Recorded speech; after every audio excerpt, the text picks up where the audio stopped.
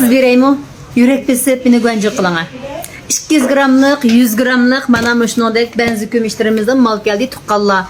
Muş altın ösken okşaş kömüşme ösüp atıdı. Arlıqta hazır altın bize təvirniş bopsel düştüğü. Kömüşme azraq düştü lekin ben bundan burun muşlukunum kelgen xiridalarımı altınlarını satmağla ken ösüp qaldı dep aştaq nem qıgandım, agahlandırış bergendim.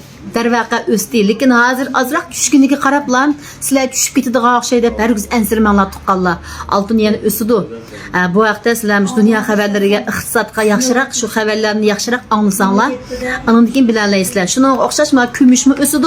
Hazır kümüşninki azraq bahası düştü ötkende 13 koyun töpüge üsüp boğandı. Hazır yeni düştü bu kümüş. Şoňa kümüşden müstəb düşkən vaxtıda manama 200 gramlıqı evasanlar buldu.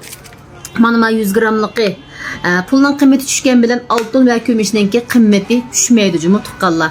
Şoňa muşundaq benzi kümüş altın deydiganlar mana 100 gramlık 200 gramlık benzi kümüşlerden tayarladık. Aldığanla alaklasanlar buldu.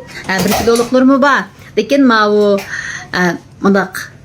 adamlar, şahslarga nisbatan müştaq 100 gram, 200 gramlık kömüşler yığıp saqlashqana kolay. Hem de ep mengişqi şuna bak kolay boğaşqa 100 gram, 200 gram jıqraq qıldık. 15 kiloluk kiç kömüş var.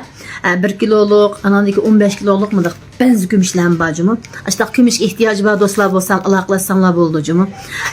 Men sizlarni qoşanmaydigan bolup qaptım tuqqanlar. Sizlarninki liqmanqaga uçurunlar xat yazsam, öndeş belgisi chiqib olib, mening xatim sizlarga mağmidi. Şoňa özüňlarninki, o'sha Yershar öýüňlarninki alaqlaşyş numarini qo'ygan qaldırıp qo'ysaňlar, men özüm sizlarni qo'shib olaman. Cümü tuqqanlar. Hem sen meni gönjü qilishini tuqqanmanlar tuqqanlar.